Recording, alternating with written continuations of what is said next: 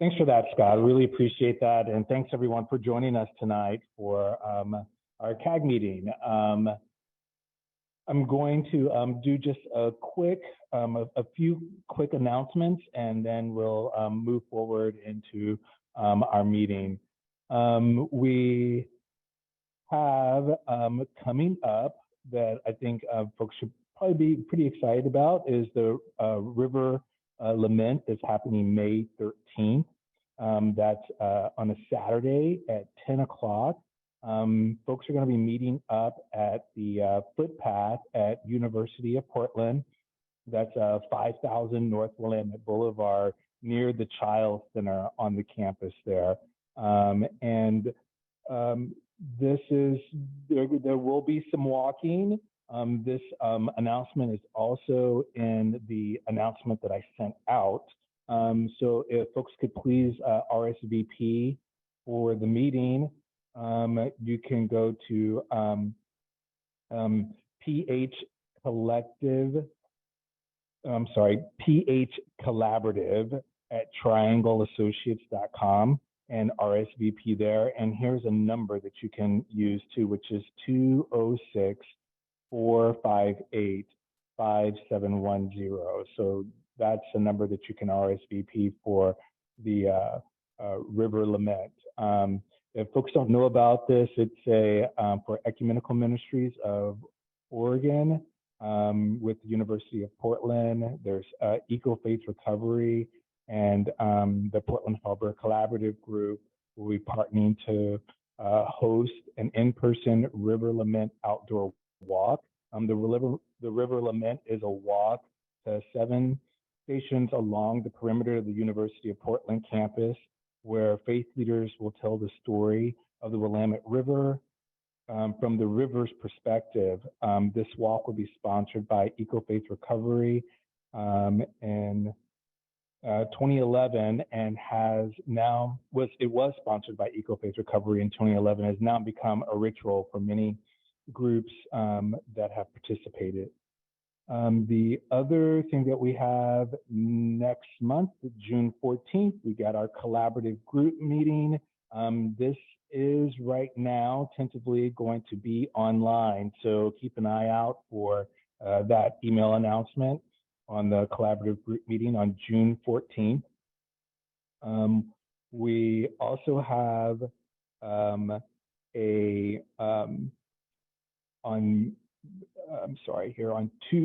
Thursday, May 19th, Portland Harbor Community Coalition has been working with the University of Iowa on PCB air testing. So those results are in. If you would like to be a part of this, please reach out to Cassie Cohen. Her email is going to be in the text thread, so you can email her and get further information on that. This information is also in the announcement that was sent out. But just a little bit about that is that the University of Iowa researchers will present findings from the PCB air sampling study that occurred last year around Portland Harbor and surrounding area. This is put on by PHCC, Portland Harbor Community Coalition, Neighbors for Clean Air, and other community hosts as well. So these results will help community to better understand the levels of PCBs that are evaporating from the bottom of the river, are from other nearby sources that are in the air or around the river, and what this all means to our community. So those dates again are Thursday, May 18th from 6:30 to 8:30 p.m. and reach out to Cassie Cohen to get more information on how to participate in that meeting there. We also have another Rumble on the River that's going to be happening on May 23rd. That's Thursday, May 23rd at 6 o'clock. This is going to be happening at the First Unitarian Church at 1211 Southwest Main in downtown Portland. The admission is free. If you want to get more information on that, here's a contact number to call. That's 503-705-1943. This is I want to say it's the 7th. This is the 7th Rumble on the River. There's some great speakers that are going to be a part of this. The announcement for this as well is in the announcement that I sent out for the CAG meeting for tonight. So there's more information on there. But they have been doing a great job in keeping the community abreast on what's happening within the north reach of the Willamette River. It's a worthwhile event to attend. And with those announcements, I'm done with announcements. I don't think I have anything else. Does anyone else have any? One second. We have one more announcement we're going to make here.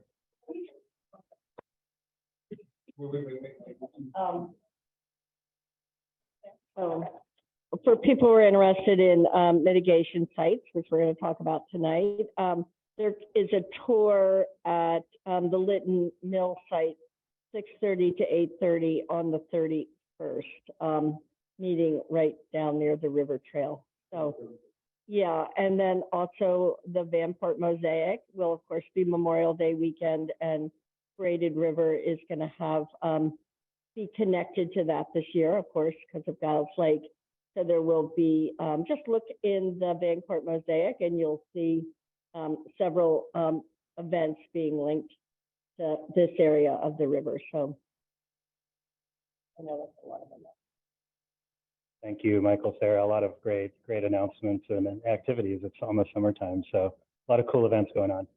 This is Caleb Schaefer with the EPA, and I had one announcement to make. Previously, we've spoken about the Willamette Cove Sliver and the fact that that area is not in remedial design. The Willamette Cove and water parties have not been conducting the remedial design there. It was left out of their enforcement agreement that covers that area. And so EPA has been in discussions with them and has also been considering other options. And EPA has made the decision to proceed with performing that remedial design in the Willamette Cove Sliver ourselves. So EPA is, as you know, we're doing it in Cathedral Park. We're doing it in a number of other small fund lead areas. So this will suit nicely in terms of keeping the remedial designs both in those areas and the Willamette Cove Sliver on track. So, EPA, we have the expertise, we have the capacity, we've demonstrated we've been able to perform remedial design, and we chose to take it on because we felt that it was the best course of action to keep things moving forward. Remedial design, as everyone knows, is moving forward. It's progressing. A lot of great progress has been made.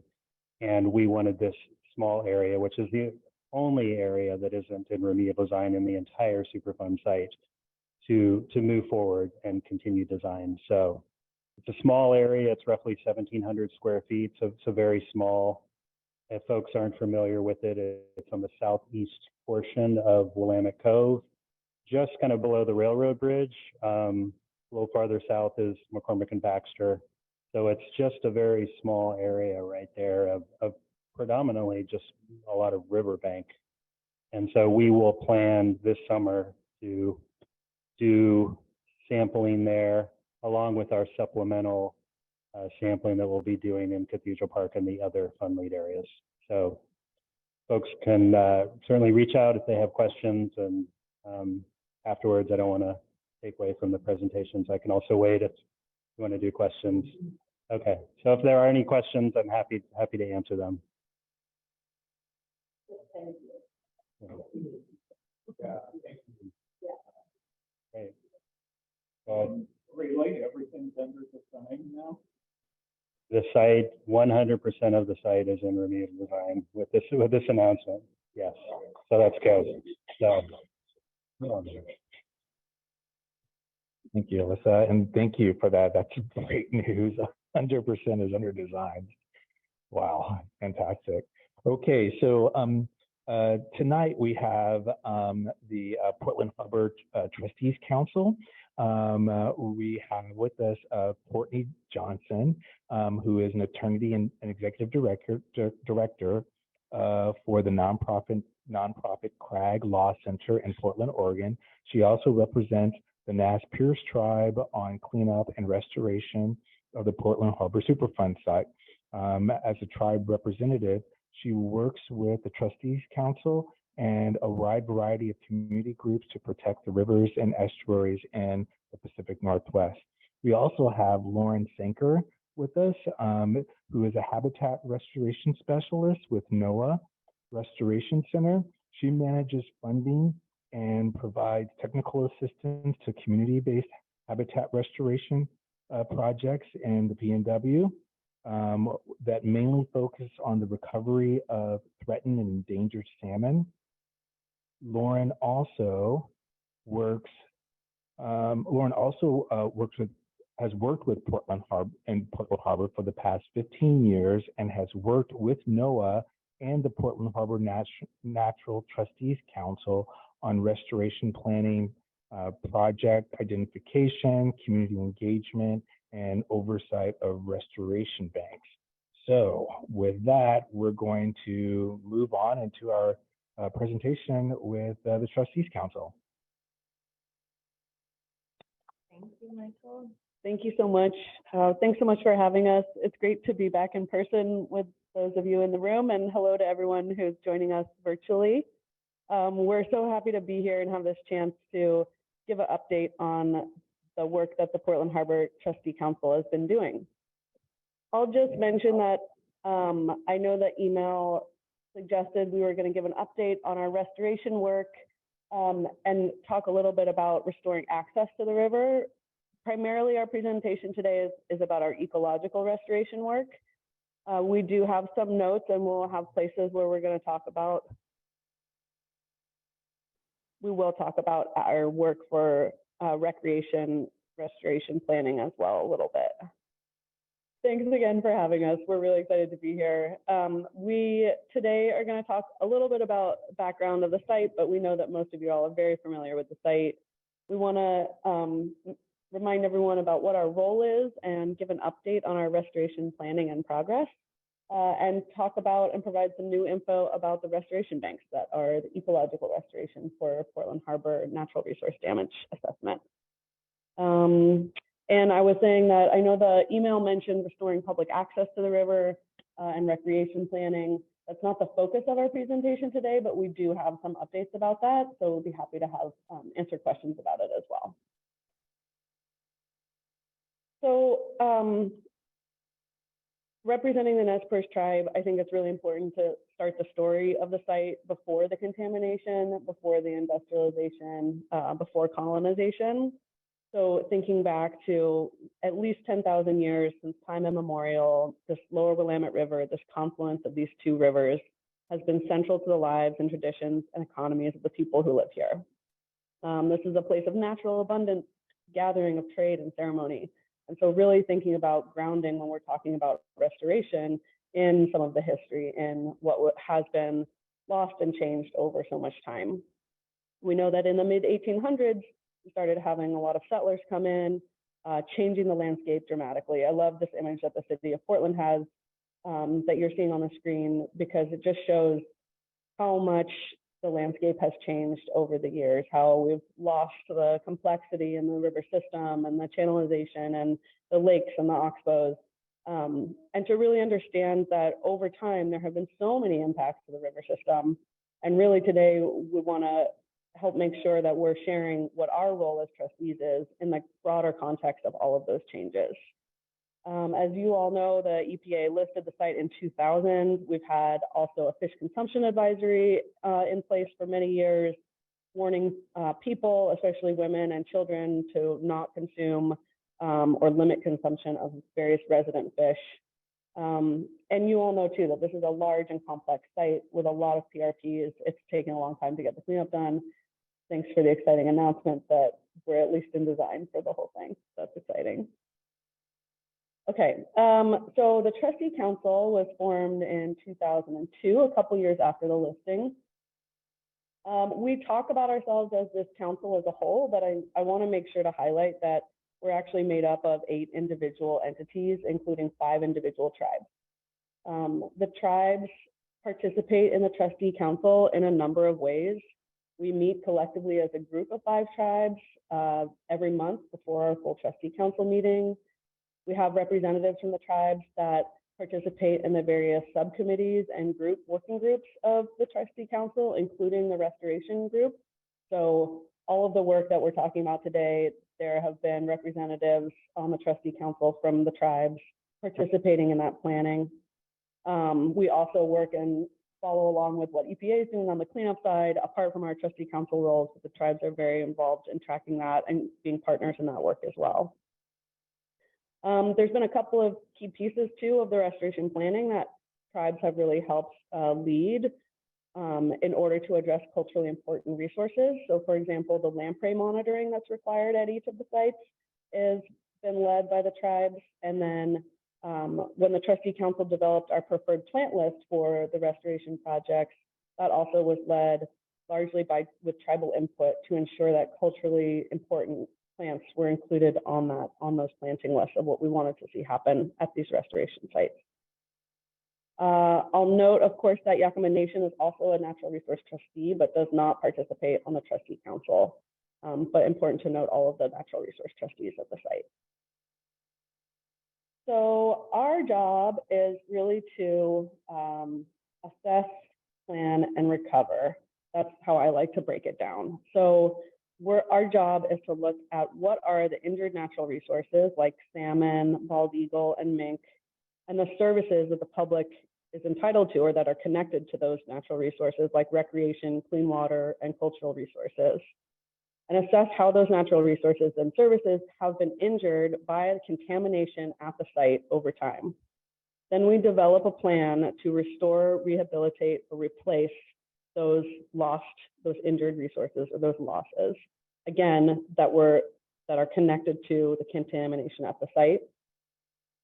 And finally, we're seeking compensation from the parties that are responsible. So you all know CERCLA is polluter pays law, and part of that is for these restoration projects as well. And the scale that you see on the slide is really important to keep in mind because all of our restoration that we plan has to be scaled to the injury that we discover. So our assessment and our restoration planning go hand in hand and are balanced. People are still hearing us? Okay. And we just wanted to make sure we highlight that when we're doing our restoration planning, it's scaled to and in balance with the injury that we find in our assessment process.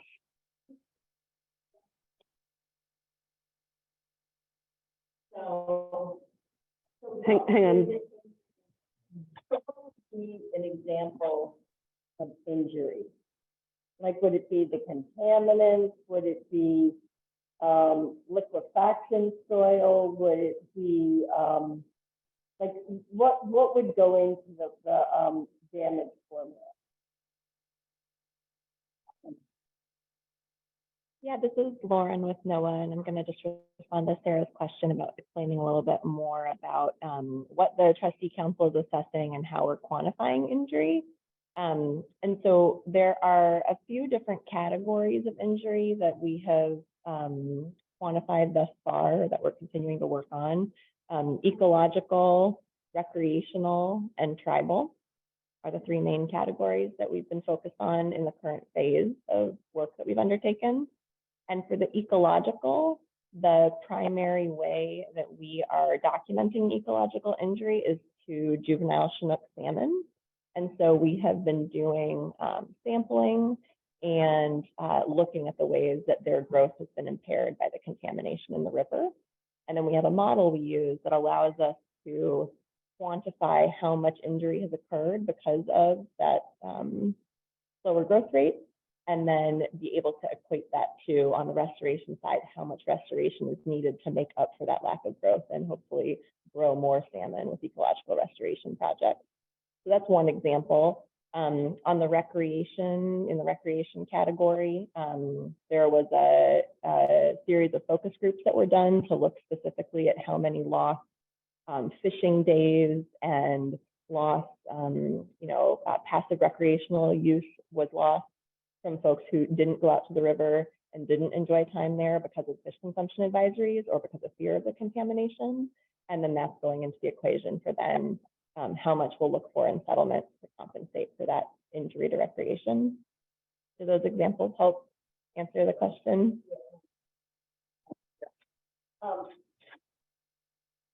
You can deep dive into this deeper than I wanted to, but so when you're looking at the salmon. Hi, this is Scott Burr. Hi, Sarah. Please speak louder into the microphone. Thank you.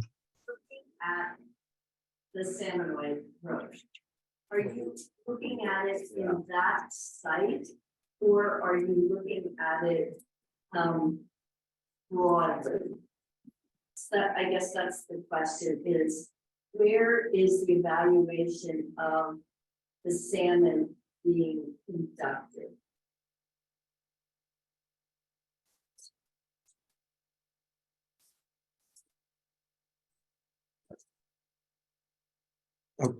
Okay, Scott, could you, I'm sorry, this is a tech check. Scott, could you speak again, please?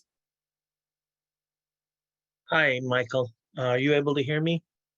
Yeah, I think our speaker may have went off. 1 second here. So sorry, folks. Oh, I pressed the button or something. Yeah. It just got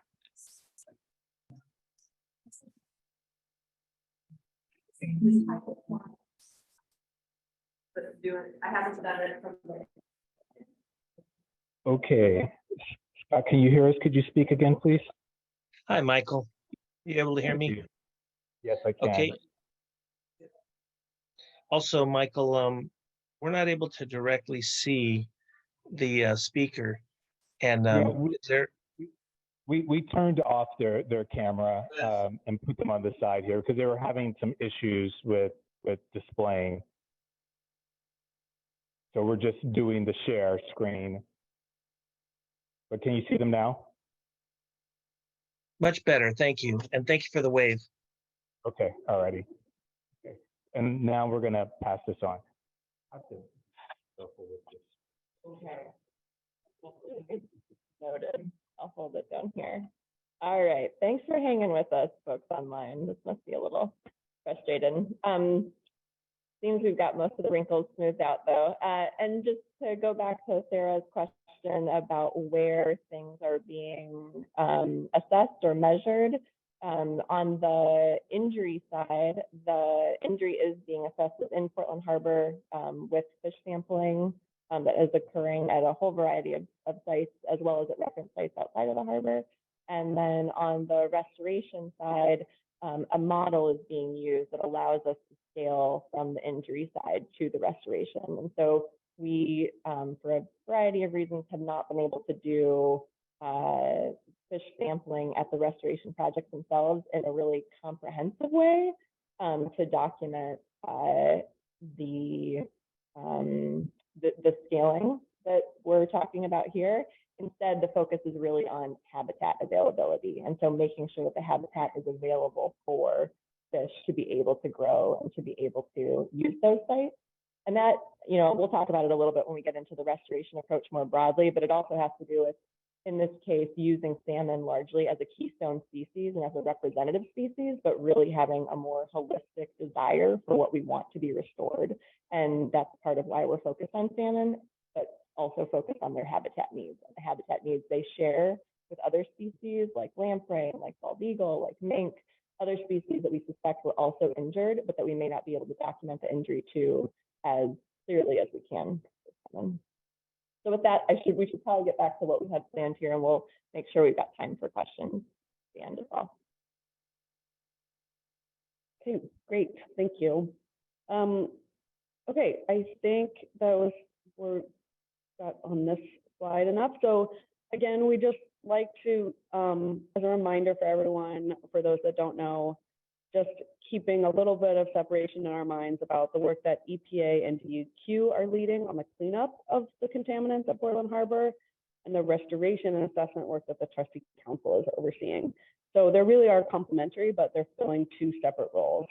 And one way that I like to think about it is a little bit like EPA and DEQ's work is looking to the future so that when the cleanup is done, the ecosystems will be healthy, people will be able to enjoy all aspects of the river.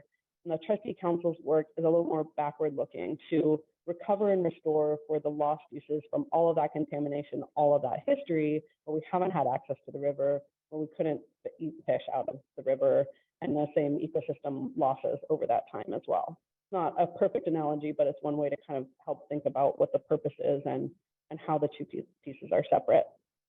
And also just to highlight a few of the contaminants that we're focusing on in the next slide.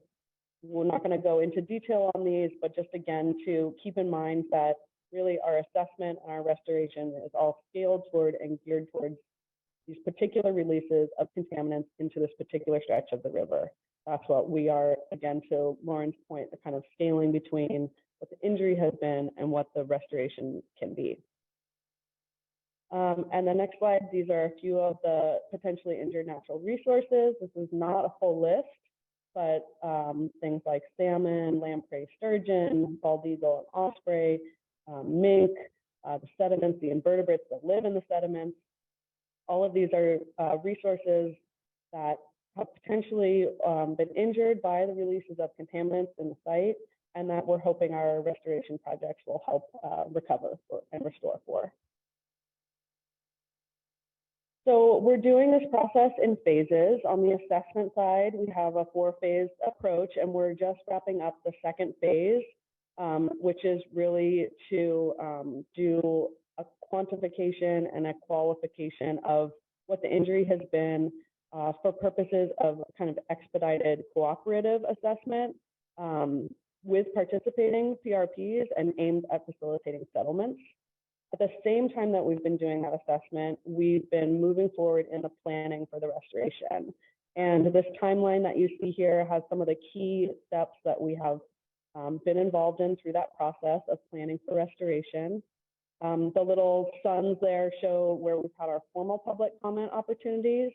I do want to note here that the far right bubble talking about planning for the recreation plan, we have already been doing outreach to various community members to help inform what that plan should look like, to make sure that the trustee council has a good idea about what's important to community members about restoring access, and how we can start to make sure that our plan is being responsive to what the community is looking for.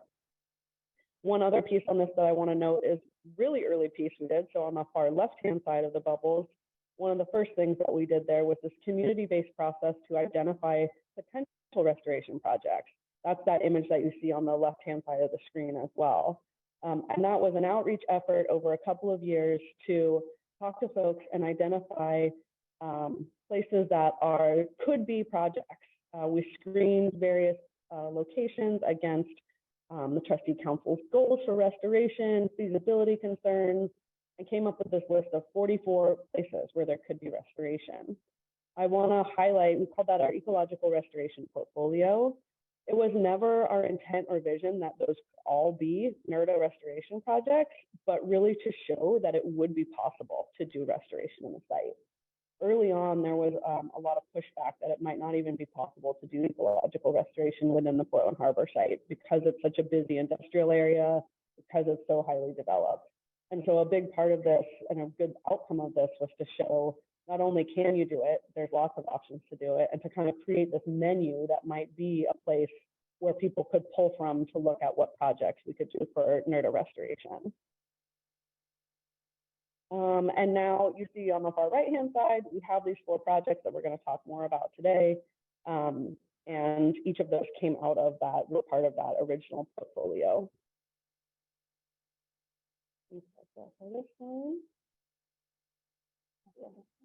Not touch the wrong button. Okay, and then I'm gonna just for a moment go take a little aside on the topic of restoration in Portland Harbor and talk for a second about restoration happening that is not led or doesn't have trustee council involvement. And just note the fact that there are non-natural resource damage assessment restoration projects being implemented in Portland Harbor and within that broader focus area where we've identified restoration projects in that portfolio that Courtney was just talking about. And so this map just shows some projects. The natural resource damage assessment projects are the little red block, but then there are also Port of Portland mitigation projects that are in yellow. Projects that the NOAA Restoration Center, who I work for, has funded through our grant program. Those are shown in orange. Projects that the Oregon Watershed Enhancement Board, or OWEB, has funded are shown in blue. And then we've also shown on this map that some of the local parks where restoration may have happened, but also where there is existing decent quality habitat that is available that mimics some of the types of habitats that we're trying to restore for. So just to note that there are a variety of ways for restoration to be implemented in this larger area, and that the natural resource damage assessment projects are, it's just one route through this restoration that's happening. A couple notes about this map. This is only showing projects that are right on the river, so kind of qualify for the same type of restoration that we're also focused on. If we were to expand that to show work happening in the tributaries and in the uplands, there'd be a whole lot more dots on that map. And also just to note that at least 6 of these dots are projects that were in our ecological restoration portfolio, but were implemented through other means. So projects like the Scappoose Bay Marina, McCarthy Creek, the Oak Bottom project that the City of Portland implemented, Tran Creek culvert removal, work at Mary S. Young Park. Those restoration projects were all listed with an ecological restoration portfolio and have gone forward and been implemented through other means. And this is not an exhaustive list, but just given some of the other work that I do, it's some of the information that I had access to and wanted to sort of show all together in one place here for some context about what else is happening in the restoration landscape in the lower river. So back to the trustee council's work, I did want to talk for a minute about that programmatic restoration plan that Courtney was just mentioning. She showed it on the timeline. We first came out with the draft of that plan in 2012, received public comment, worked that in, and then finalized that plan in 2017. And some key aspects of that plan, one is the selected alternative in it. It was this integrated habitat restoration approach. So this was a desire and the trustee council's aim to not focus on a single species, but to really focus on a suite of habitat types and providing holistic habitat restoration that would benefit all those endangered species that Courtney listed on that earlier slide. Some other key aspects of what was in our plan included identifying priority habitat types like shallow water habitat, off-channel habitat, and active channel margin, what we call kind of the edges of the river. Another key part of this plan was our geographic focus. So like Courtney said, we received a bit of pushback in the early years of our restoration planning efforts around whether or not restoration was even possible in Portland Harbor. And so we identified, with the help of an expert panel that was focused on juvenile Chinook salmon, we identified a broader focus area that we showed on that map that goes from about Willamette Falls down to Scappoose Bay, where we thought restoration has been demonstrated to benefit juvenile Chinook salmon, and where we know the same fish and wildlife that use the harbor are also using these other areas. And so we require that at least half the restoration had to happen within the Superfund site itself. Another kind of key aspect of our restoration planning has been that monitoring, adaptive management, and long-term stewardship would be required at any restoration project. And we'll talk a little bit more about that as we go through our presentation here. Okay, and then following that programmatic EIS and restoration plan, on that timeline we showed in 2020 and 2021, the trustee council issued the supplemental restoration plan, which selected this and adopted this restoration banking approach. So those projects that we have, as many of you know, are restoration banks. They all were part of that ecological portfolio, as we've mentioned. They've been implemented by third-party developers. So the trustee council has not been gathering funds and then building these projects. They've instead been developed by folks that are going to sell those credits back to those PRPs for their liability, to offset their liability. All of the projects have had to undergo all consultation and permitting compliance. So the Endangered Species Act, the Clean Water Act, National Historic Preservation Act, all have had a comprehensive review and permitting review. The trustee council has been providing technical consulting and oversight throughout the process to make sure that the projects are meeting our goals. And one of the nice things about this approach is that we've had these projects developed earlier than they normally would. So many places around the country where you have Superfund sites, restoration like this doesn't happen until after you've done a full assessment or after you have settlement or even after you have full cleanup. And we already have 4 big sites on the landscape providing habitat values, which is a really big win for Portland Harbor. And that's because we're doing this approach. Another really nice piece of this is because we're not having each individual PRP develop its own restoration site, we're able to have these larger projects. The larger projects are more self-sustaining, and they also provide that integrated habitat where you can have upland and riparian and active channel margin and shallow water. You can have all of these different components of a comprehensive ecosystem in one place instead of being separated by all the other elements that are happening in the river. And as we mentioned in many of our previous presentations, and just to mention again here, the sites all have legal protections on the property to ensure that they must remain as habitat sites, and they have financial assurances that are required. Those have to do with all the steps of the process. So from making sure that construction gets completed to the stages that we're in now, which is more about the adaptive management. We have made sure that there's funding set aside to help construct and adapt these projects for the best possible habitat outcomes. And then just to talk a little more about the monitoring and stewardship. Our monitoring and stewardship framework provided these standardized protocols and parameters for all the different habitat types across the projects. Each project is required to do baseline monitoring, so that's pre-construction, understanding what the habitat conditions are. Then while implementation is happening, surveys to show what the construction looked like, and then effectiveness monitoring for at least 10 years to make sure that the projects are performing as we expected. During this monitoring period, we expect to see changes from what was planned to what happens. Anytime you write something down on paper and then put it out in the world, you're going to see something different. That's why this adaptive management has been such a big part of this. That's why the trustee council oversight and monitoring is so important. So we can see what's actually happening and then work to provide appropriate and the best possible changes so that that habitat really functions as well as we can get it to be functioning. And then once we get through that 10-year or so period, we go into long-term stewardship, which continues to have oversight, continues to have monitoring with that long-term steward. I think that's it. Right. So as we mentioned, we have 4 sites already. We're going to go through and share some cool aerial images of these sites.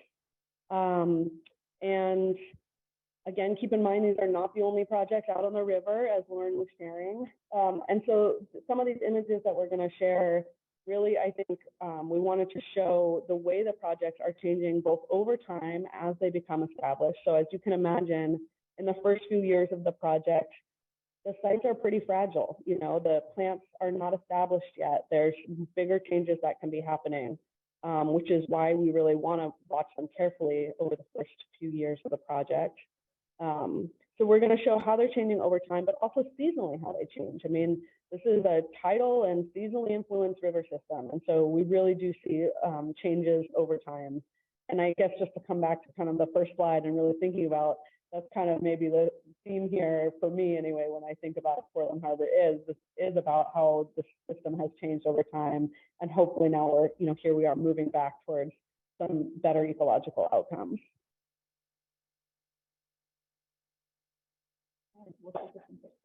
Okay, we're gonna look at some pictures now, lots of pictures. Hopefully in the room you can see them as well as the folks online can. So I'm just gonna go through project by project and share some photos and kind of an overview of what happens in terms of restoration of the site, and then some looks of the site under different conditions. So to start with, these are some photos of the Alder Creek project on the southern tip of Sauvie Island within the Portland Harbor Assessment Area. It's a 52-acre site that was constructed by Wildlands in 2014, 2015, and 2016. And so now it's currently in year 8 of its performance period. Restoration of the site involved removing the mill buildings that were present on the site, removing something like 300,000 cubic yards of wood chips from the site, excavating this off-channel habitat that you see in the picture at the center of the screen, installing thousands of plantings, and then grading the slopes of all these habitats so that they could function under high and low water conditions. And I'm going to take a quick pause from the pictures to show this graph for a moment. I think you all had a presentation from Max Barr with ODFW a couple of months ago, and you talked a bit about the salmon life cycle. And so I wanted to show for a moment just salmon presence, juvenile Chinook salmon presence in the harbor. Those are the colored bars that you see on the screen compared to stream flow, to just give a sense of how throughout the year, moving from January on the left to December on the right, how those two things change over time, and the fact that they're really not constant. They change pretty considerably. So you have a lot of juvenile Chinook salmon migrating out of the Willamette River system from kind of February to June. That's where you see those pink and green and yellow bars. And that's a time when you also see that the stream flow is really high. You've got high water and a lot of salmon moving through the system. And then you get into July, August, September, even October, where we have pretty low flows and very few juvenile Chinook salmon moving through the system. And so this variability that we see throughout the year in terms of stream flows and in terms of salmon presence is something that's been considered in the design of these habitat restoration projects. And it's something that the photos that I'll show next provide a little bit more insight into. This next one here is Alder Creek under high water and low water conditions. And so I just kind of popped that stream flow and salmon presence graph up in the top right corner for some comparison. But here you can see the amount of and the kind of height of water in June as compared to August. And so this time of year in June, when you have a lot more salmon in the system, a lot more of these juvenile Chinook babies that are just a couple inches long, looking for these safe places to get out from the mainstream fast deep water flow of the Willamette River, this is a place where they can go to find that shelter and find those slower flows, hang out along active channel margin, kind of refers to the edge of the river. Those habitats are really available for them there in the winter months. And to note, as we look at these pictures, you won't see any pictures from the winter months or the early spring months when there are actually the most salmon and the highest water levels, because you can't get very good aerial imagery around here in the middle of winter. Anyone who's trying to take any photo in the middle of winter outside, it's not going to look great. So that's one issue with looking at this imagery. It's not totally representative of all the conditions that you're going to see, but it's also true that a lot of times the site visits that we do, the time that you might be out in a kayak or a canoe on the Willamette River, it's going to be probably in July or August, and not as much in the wetter, higher water months where we have a lot of salmon moving through the system and where these sites are most fully activated. I'm sorry. Oh, question? Yeah.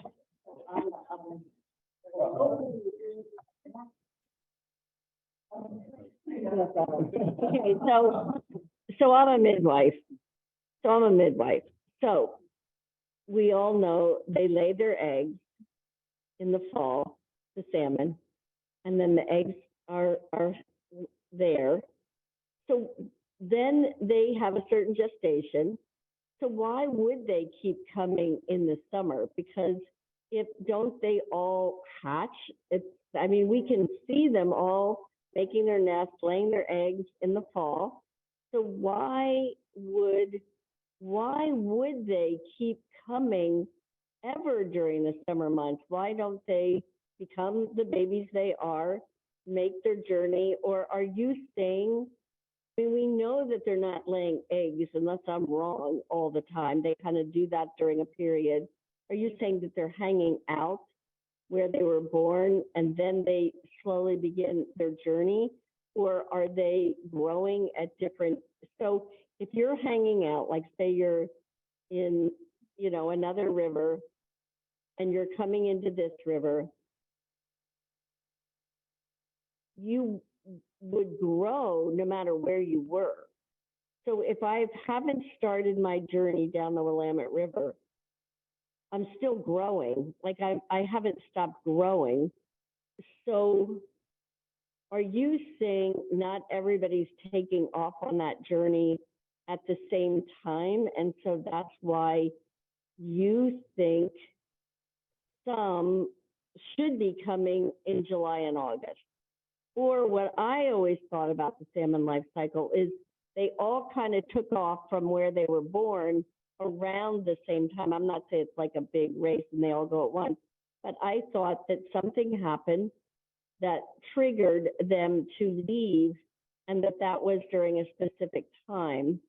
And so then I would expect them to get to be the age that they feel like they can start moving, and then they just keep moving. So I don't understand why we would see them after they are a certain age, like they've made it through and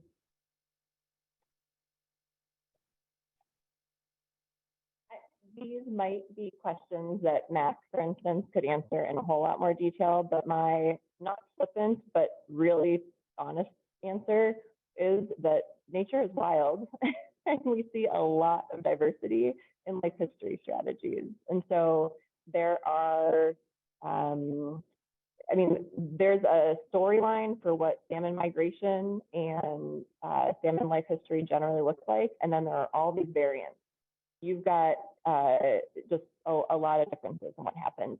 What you see in this graph, though, is that generally the story you believe is true. They are finding very, very few fish in here in the summer, and then they are finding a ton of them in the spring when you would expect to find them. And so, we're talking about fish that are coming from way up in the Willamette system. So perhaps someone, babies that spawn from Tryon Creek might come out through this stretch at a very different time than fish from the Mackenzie River or fish from different places within the basin.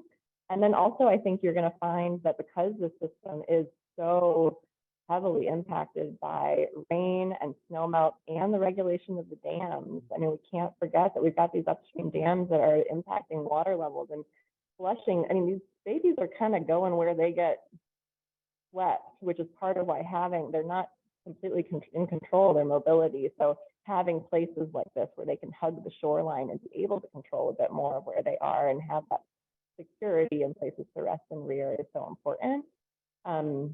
Again, I'm not a fish biologist. I'm an restoration ecologist. And so Mac or another person, I think, could answer those kinds of questions in a lot more detail, but that would be my general sense, is that nature is amazing and many different strategies are attempted and crazy things happen. Yeah, the graph does show the story that you are, is the main storyline of what this species does.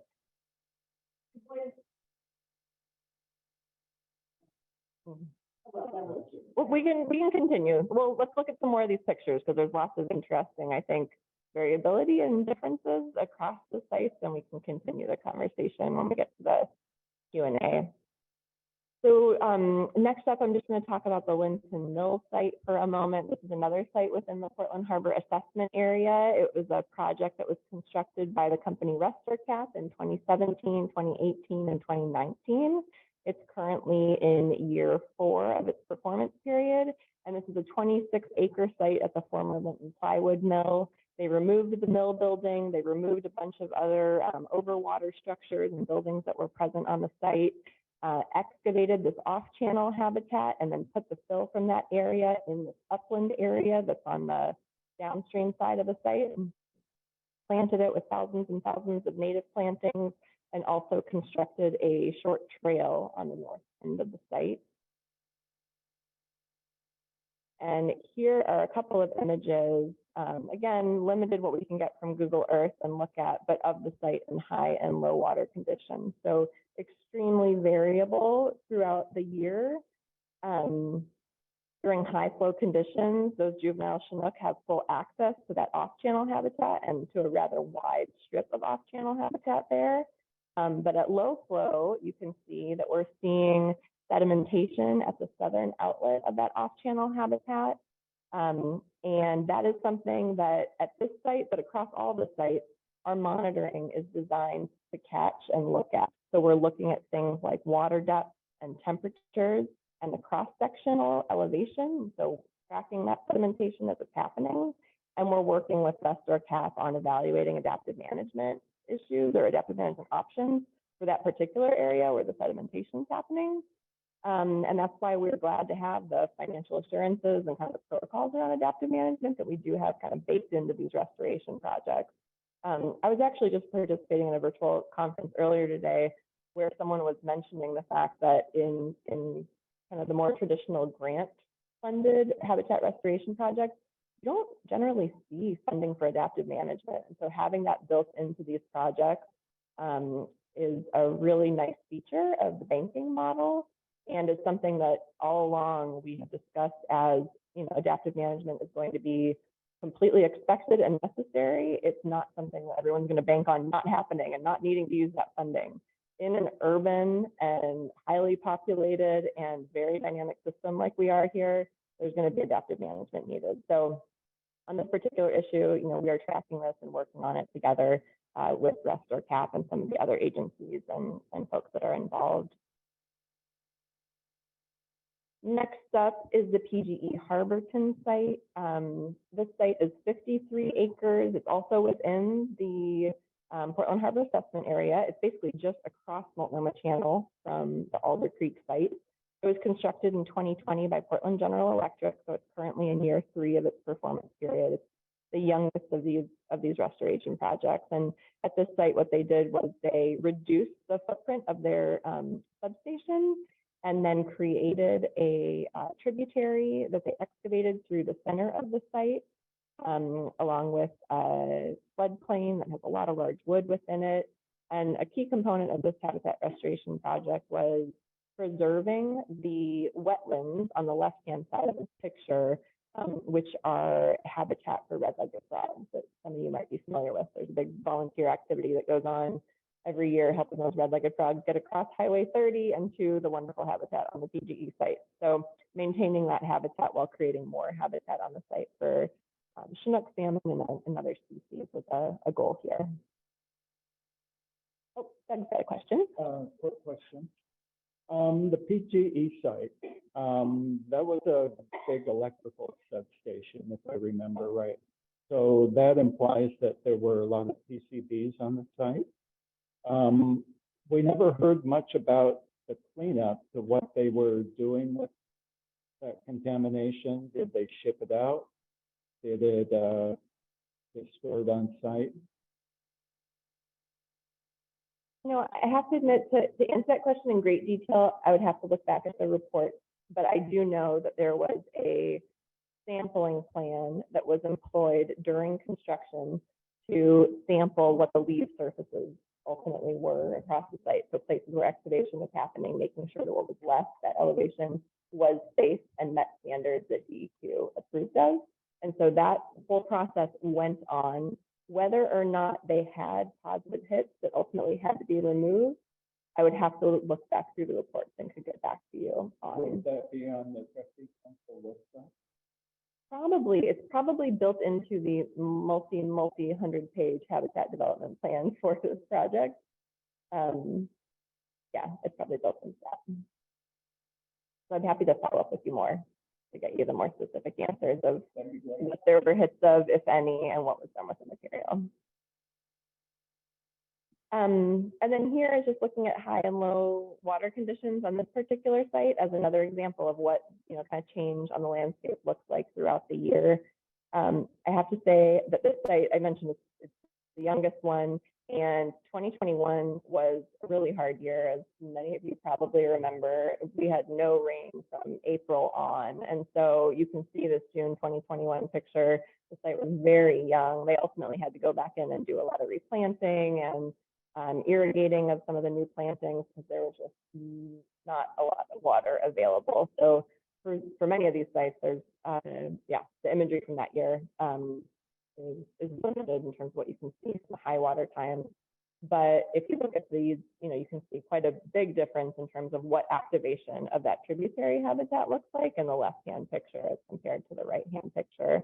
So kind of a high water versus a low water year. And then the last project that I'll talk about here is the Rainier-Sink Creek Natural Area. This is the one project that's been built thus far that is in the broader focus area for restoration, so not in the Superfund study area. It's a 33-acre site managed by Columbia Restoration Group. It was constructed in 2017 and 2018, so it's now in year 5 of its performance period. And at this site, what they did was they removed an earthen dam that had been built. They re-excavated a channel and floodplain and have been working to control invasive species on the site.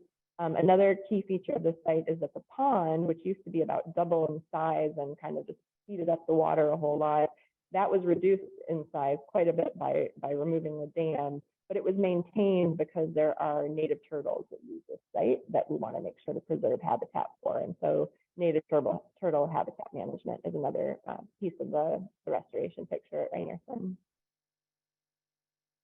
And this one's honestly a lot harder to see the high and low flow conditions within. There just weren't very good images. Like I said, if we could see like a February compared to August 2021 or something, we might have been able to see some bigger differences. But you can see, like in the left-hand photo, kind of overland flow from the Willamette River over that little peninsula. And what the landowners who live up on the hill above the site see is that during high water conditions, the Willamette River actually backflows all the way to the pond.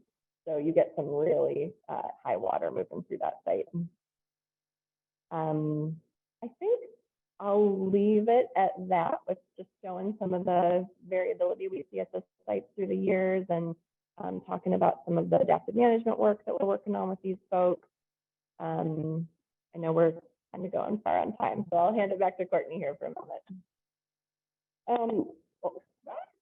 That was volume. Sorry, everyone. Okay, just really quickly, we wanted to kind of do a little flashback to last time we were here. Some of the things we had talked about was a lot about our more in depth on our monitoring, adaptive management, stewardship planning, some of our financial assurances, our legal protections, those types of things. But we also had asked you all what kind of information would be helpful to share. And so since then, we have been working hard to add more information and update our website, make it more user-friendly, get those monitoring reports on there. We've been having these site tours, the Linton tour that happened last October, and then the next one that Sarah mentioned that's happening at the end of the month. We've been to the Portland Harbor collaborative meetings, presenting at breakout rooms in June, September, and December, I think, because we heard loud and clear that we want you all to support these projects, and that means understanding the projects and having answers to your questions. So we've really been doing that as much as we can. And one other cool thing with this virtual tour that I don't know if the technology is going to behave or not, but we worked to put together a virtual tour of the sites as well that hopefully we can finish by sharing that. But I'm going to cross my fingers because I'm not sure the technology liked us enough. We just intentionally stopped sharing. I think it's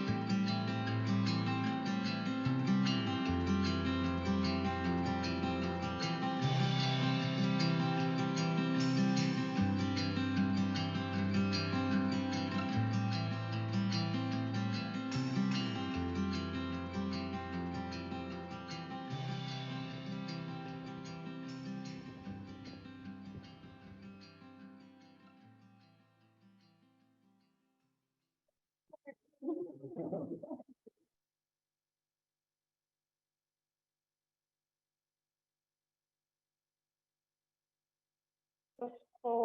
we jump to discussion and questions, I did just want to share for folks in the room. I brought a sign up for our newsletter. Most of you are probably on it, but anyone else who'd like to jump in, please add yourself. And then also on this clipboard that I'll pass around, I have a QR code where you can take a picture with your phone and find information about some of the funding opportunities that the other part of my work manages for habitat restoration with funding from the bipartisan infrastructure law. There's going to be a suite of those being announced this summer, and you can find information through that website and sign up for a listserv there. And then there's some other information on the third page in here about other ways to connect with the work of NOAA Fisheries, and I just thought I'd bring that, make it available for this group. So I'll pass that around. Yes, online, you should see our website on the screen still, I believe. And if you follow that, you can definitely sign up for our listserv through our website. There is, if you go Google, NOAA Fisheries Bipartisan Infrastructure Law, it'll take you to the same website that the QR code I'm passing around gets you to. I think with that, we're ready for more questions and conversation. Yeah, Doug. So you opened the meeting by talking about restoration sites that weren't in the control of the trustee council. And I've always been a little confused about how the credit bank operates. Does the trustee council control that? And do the non-trustee council restoration sites have access to the credits? Are you asking about the 4 restoration projects that we were presenting about, or are you asking about the other projects that we showed? Well, let's start with who controls the credit bank. Who So- decides where that goes? So the 4 projects that we presented on are each restoration bank, and they're each managed by a different private company. So RestorCap manages the Linton Creek project, Wildlands manages the Alder Creek project, Columbia Restoration Group manages Rainierson, and then Portland General Electric manages the PGE Harbison site. So those are the folks who lead the design and implementation, permitting, monitoring, and ultimately the adaptive management of those projects. They're doing that all with trustee council oversight. So the trustee council provided technical assistance to the development of those projects along the way, their design, and then made sure that the plans they put in place are consistent with the goals of the restoration plan that we have. So the trustee council controls the contracting then? We do not control the contracting for the work. What Courtney was just adding was that we do release the credit. So we quantify how much that project is worth, and we approve when they have credits available for sale. The contracting for like construction, for instance, is managed by the project manager from the private company. So there must be some kind of a money trail for the credits and where they go and what they do. So the purchase of credit. Right, it's confusing. It is confusing. So the credits are made available to potentially responsible parties from Portland Harbor that have liability under the natural resource damage Right. assessment. And so when they purchase credits to resolve their own liability, that is something that we track within an online database that shows which party bought how many credits from which bank. Yes, it is public. Yeah, it's called Ribbit, the website, Regulatory in Lieu Banking. I can't remember the whole acronym, but the Ribbit website is where those credit transactions are all tracked, as well as the total value of the project, how many credits the trustee council has released, and then how many credits have been purchased. So I'm still confused. So It's confusing, sounding it's kind of complicated. like when somebody wants to do a restoration site, they basically reach into a big cookie jar and get a handful of money and proceed on their way.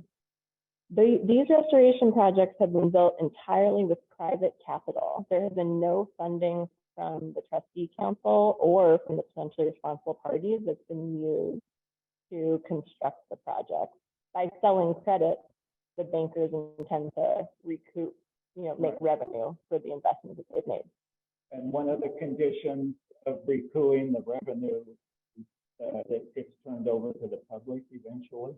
They don't build another plywood plant on the property. There are restrictions on what can happen with the sites, but there is not a plan to ultimately make them public use sites. The sites are protected from development, so there are deed restrictions currently placed on all 4 of those restoration projects that prohibit another plywood mill or condos or other uses like that. They have to remain as habitat. And the plan ultimately is to turn over management of the site to a long-term steward, such as a land trust or a local watershed council, an entity like that, who would take on responsibility and be compensated for maintaining the site. Whether or not the sites remain in private ownership is something that will really be determined on a site-by-site basis. Okay, if there's anyone online who has, in the virtual room who has a question, please raise your hand and unmute yourself. And we want to hear from folks online. Or if you don't want to speak up, please place your question in the chat, and we'll flag that and get to folks. And for people in the room, it is important that you use the mic so that our online audience can be able to hear you and participate in the discussion. There was a question over here.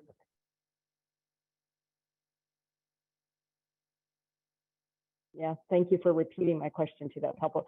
So these sites are all relatively new in the grand scheme of things in terms of oversight and watching how they have developed. You spoke specifically about the Linton plywood site having to go back in and do some redesign with the sediment issues. So my question kind of ties into Doug's question too. So obviously these credit banks, I guess contractually, how are you looking at the percentage of money that needs to be banked in order to do this redesign effort over time, especially since these are new? This is kind of in process as we're talking. Have you found, or will there be some reassessment of the amount of contingency dollars that have to be set aside? How are you looking at that long term?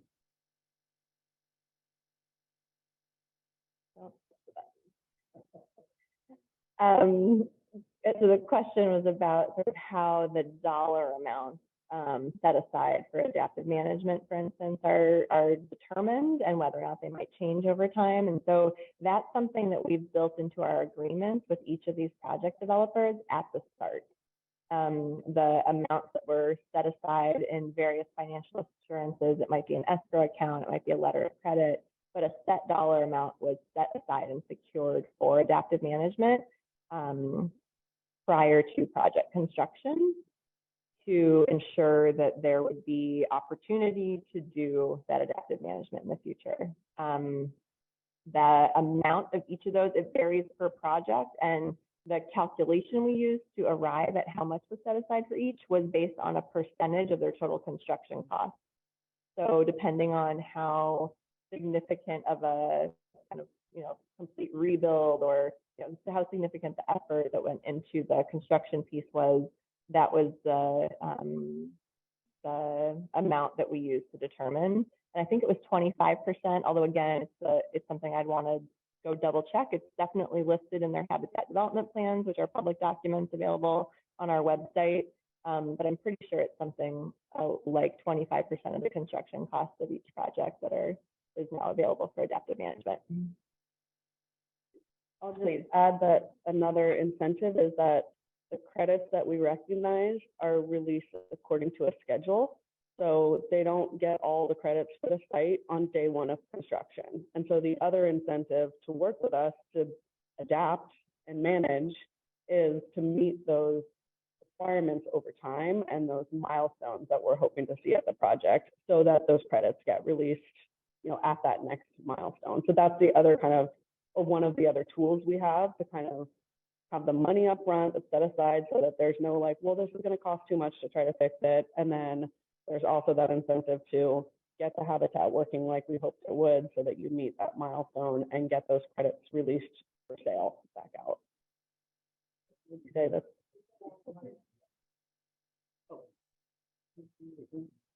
Okay, so we have Dana, if you, and Scott, if you have a question, please go ahead and ask your question. Thank you. Hi, Lauren. Hi, Courtney. I had a question about, hey, thanks for the wave. Nice. So the question is, Lauren, you had mentioned this website, and then you were pretty close. You could almost name it. I wonder if you've encountered it many times before, such that you could maybe while people are answering questions or asking questions, you could get in there and get it into the chat room for us. I'd appreciate. Okay, thank you so much. You are already taking action. Okay, all right, Michael, go ahead and move on. Thank you. And our next question from online is Brandon. Brandon, if you want to unmic yourself and ask your question. Hopefully this is working. Can you hear me? Oh yeah, we got you. Oh, perfect. So, hi, I'm Brendan McCarthy. I'm in the legal department at PGE and I work on Portland Harbor issues. And I guess I just wanted to help Lauren maybe respond to the question earlier about the Harborton project.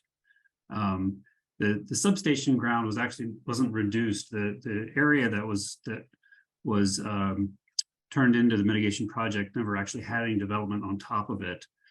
So that's one reason why the soils there would have been more natural. That there were obviously some equipment stored at the site over the years electrical equipment that could have contained PCBs, but we did a sediment evaluation framework back in 2015 and found only one soil sample that exceeded levels, SLV levels for PCBs, and overall found, read from the conclusion from our consultant, that the PCBs on the site, terrestrial and semi-aquatic birds and mammals are not at risk of exposure to metals, PCBs, or pesticides in the soil, and aquatic ecological receptors are not at risk of exposure to metals and PCBs in sediment.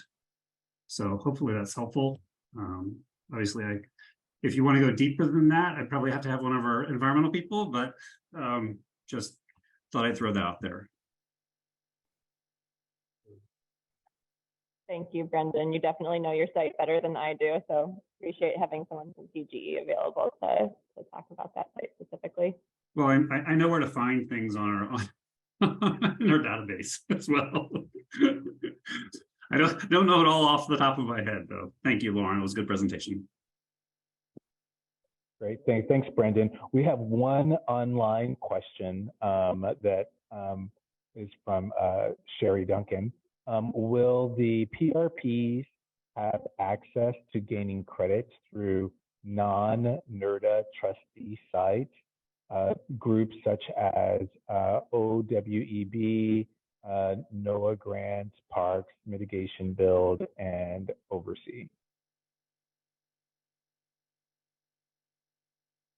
I think this question is asking whether or not there's the option for a potentially responsible party from Portland Harbor to resolve their liability with a project that's already been constructed with some of these other funding sources. And the answer to that is no. In order for PRP to resolve their liability with a restoration project, that project would not be able to have been publicly funded. And the project would also need to meet these rigorous monitoring, adaptive management, long-term stewardship, financial assurance requirements that we have for these restoration bank projects, which are not traditionally components of grant-funded kind of community-based restoration efforts. So I have a hard time imagining a circumstance where that might be possible. There is the option, which we discussed in the supplemental restoration plan that we published in 2020 and 2021, that PRPs could bring projects to us that they wanted to implement themselves, you know, on their own land, for instance. And while we have had discussions with some PRPs over the years around that alternative and that option, none of them have really come to fruition while these restoration banks have been able to proceed and have, you know, really aligned with the goals and objectives of the Trustee Council's restoration plan. So PRP-led restoration is an option, but kind of PRP using publicly funded projects to resolve their liability would not be an option. I hope I'm addressing the question there.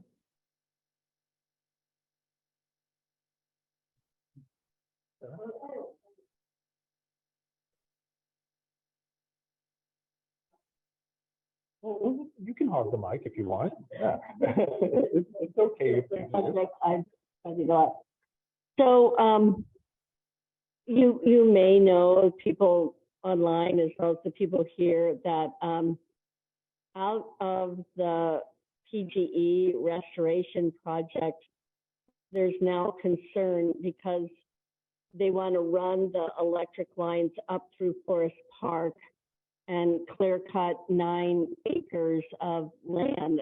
So I guess I just want to ask why Forest Park isn't considered the upland, because traditionally the upland of that area is indeed Forest Park. Like in my yard, there's frogs and there's deer and eagle, and they go back and forth naturally between the forest and the river. We never, there was a mud plain, as you can see in Linton, and then there is the gradual uphill into the forest. So that's our natural upland. And I guess I would just ask you, if you talk to the people who live there, on what water do and what salmon do and where they see it. And I guess that's just been my plea all along, is to ask the people where the water goes in the different seasons. Ask the people who run the marinas and live in the fishing, who have been there, where, like I went down to the marina, there were so many salmonoids. I mean, just thousands of them, and that wasn't a site that anybody made. And so I would just, I just, two things is Forest Park the upland for these areas? And what's happening with clear cutting? Because we had clear cutting at the Lytton site, and now we're having clear cutting at the PGE site, not the exact restoration site, but in both cases related to the sites is actually significant clear cutting of habitat.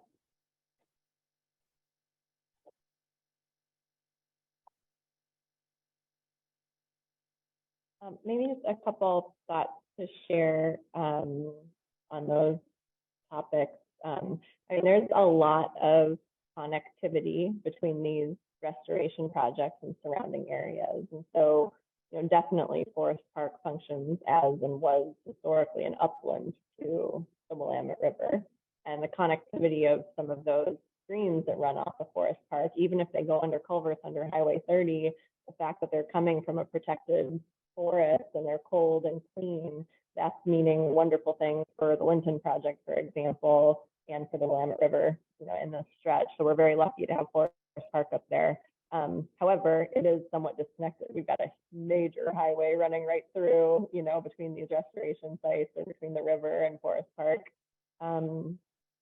So there is connectivity, and then there's, you know, challenges to it. I do think that the questions around, you know, power lines that are planned or other things, I mean, there's development going on. This is an industrial area, and those sorts of activities, and so it's also just an urban area, a lot of people, living around here in Portland, a lot of other entities that are responsible for the regulation of those activities. So, the planned power lines outside of the restoration project are not something under the trustee council's jurisdiction. I don't know if there might be someone else who could speak to whether or not there's an allowance for clear cutting more broadly or anything like that, but that's definitely outside of the purview of what we do and the oversight that we have over these projects. But I think that, being reminded that there is so much development going on in this area. There is going to be ongoing maintenance and, expansion of power lines, development, all these things. And to me, it just reinforces why it is so valuable to have these large habitat restoration projects available for fish and wildlife, because otherwise there would just be a lot of development and maybe not as much, restoration happening. So I don't know that I can solve what's going on there, but there are some thoughts on it. Yeah, thanks for that. Thank you, Sarah. I have a couple of questions. You had said earlier about how we're kind of unique in the fact that the way that we're going about doing restoration within the harbor. So one question I have is, when did you find out or get the idea that restoration could be done in Portland Harbor at the same time as work in the river, could be that these things could be done in tandem, basically, that cleanup could be done in tandem? You had said before that, this is a rare occurrence. Who were the experts, I guess, that were on the panel to say, hey, you can do this, at the same time, I just wonder if you could just elaborate on that a little bit. Yeah, the expert panel that we hosted in, I think it was somewhere in the 2010 to 2012 time frame. I was around, but it's a long time ago now. They included fish biologists from NOAA, from the city of Portland, from Oregon Department of Fish and Wildlife, and from Oregon State University. There were 4 individuals, one from each of those entities, and their notes from that panel and recommendations from that panel and an in-depth literature review that they ultimately conducted on Chinook salmon use of habitat in the lower river, that is all available on our website. And those are materials that I go back to on a monthly basis, because there's such a wealth of just what do salmon need and what do we have available in the lower river and which areas are most attractive to them. So that's who was on our panel, and they were really foundational to our development of that geographic policy and the way that we developed our restoration plan. So the focus on the harbor itself and the focus on particular habitat types, those were very essential.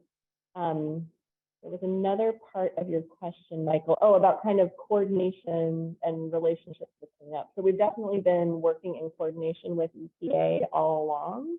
And I think part of what makes Portland Harbor particularly unique compared to maybe some other natural resource damage assessment cases or oil spills where, where natural resource damage assessments are conducted, is that this 10-mile-ish stretch of the Willamette River is not a monolith. It's not a single thing. It's not all a seawall with contamination next to it or something, right? It's not a giant hot spot. There are areas where there's, contamination is a serious problem, and there's areas that are kind of amazing. I mean, there's Forest Park just upwind from this super fun site. Yeah, there's beautiful beaches. There's Sauvie Island. There's a lot of good quality habitat already and a lot of opportunity for restoration. And the restoration banking model and this ability to kind of do the restoration so far in advance is something that really these restoration restoration bankers identified. So when we published that portfolio, these folks who work in wetland mitigation banking or conservation banking for endangered species, they really saw this opportunity and presented it to us. And so we, seeing that they could help implement projects that were in that portfolio and that were in alignment with our goals, it really kind of arose as this thing that we had to evaluate, because in some ways it almost seems too good to be true to be able to get restoration on the ground so early in a process that takes, decades, as you know, and as you've been around for. You want to add anything to that, Courtney? And then my another question. This is a pretty simple one. So, is Portland leading the way basically in restoration? In this type of restoration scheme, by working in tandem with, are there other places that you know of, or are we kind of like it's In terms of this restoration banking model, I think we are pretty far out in front. Restoration banking for a natural resource damage assessment is not something that's tremendously common. It has been done in other cases, but there are, in some ways, it's funny because this is taking, Portland Harbor work is taking a long time. I've been working on it for 15 years, but we've also really benefited from learning from some of our predecessors. So like my boss was the person doing my job on Commencement Bay 20 years ago, we're kind of in tandem with Lower Duwamish River and some of the work happening up there. So I think there's a lot of learning we've been able to do, and then there is some uniqueness to this restoration banking model and how it's evolved here. I just came from a national conference on restoration, and one other place where I would say that we're kind of not unique but leading, or at least a little bit ahead, is on the stewardship planning. So I think that's one other place where, also coming out of some lessons learned from Commencement Bay, but thinking ahead to funding for long-term stewardship, but not like patting ourselves on the back that the thing got constructed and now we're done, but knowing that these projects need stewardship over time to continue to provide the benefits, and building that into our plan from the get-go is another place where Portland Harbor is really, I would say, among the leaders in terms of really baking that into our process from the get-go and not realizing after the fact, oh, whoops, how are we going to help maintain these things over the long term, and really trying to think about those values really far ahead as we see changes on the landscape. Okay, thank you for that. Okay, we are getting close to our time, and if there are any more questions, here's the time to raise your hand and unmute yourself in the virtual world, or you can put something in the chat. I have one more question. And so you had talked earlier about and this is probably a simple question answer, but you had talked about how the stream flows impact the salmonoid, how maybe and other fries, or does the dam really do an impact on that, or does it really cause? I know that there's 3 dams on the Willamette. So is there a strong correlation between, the dams holding water back or letting them flow, or is it just, climactic? I think they can have significant impacts at different times of the year, and they have their own management regimes that are negotiated with NOAA Fisheries and U.S. Fish and Wildlife Service to make sure that they continue to operate in a way that is consistent with salmon recovery goals. But I do think on occasion there are, releases from the dams or water that's held back that do impact the flows that we see downstream. I would have to contact one of my colleagues. There's a couple of folks that I work with in the Portland office that work really closely on the Willamette River dams and could answer that question in a lot more detail than I can, though. not necessarily an easy one at all.